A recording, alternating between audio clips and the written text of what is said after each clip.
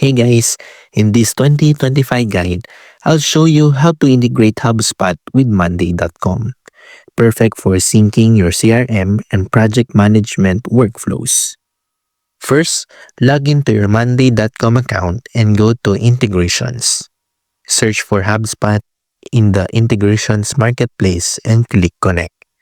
Log into your HubSpot account to authorize Monday.com access.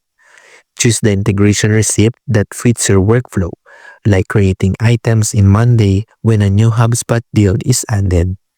Map the fields from HubSpot to Monday.com, such as deal name, contact info, status, or dates. Test the integration to ensure data flows correctly between both platforms.